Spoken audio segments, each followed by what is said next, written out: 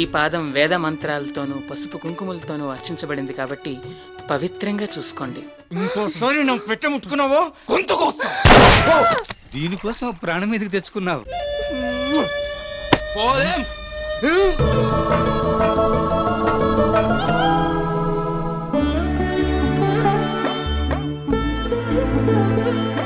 నీ పేరేంటి?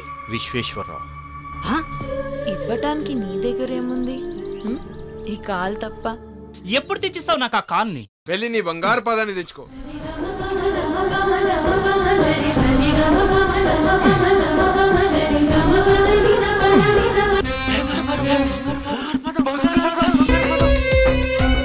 ఏయ్, అది నాది.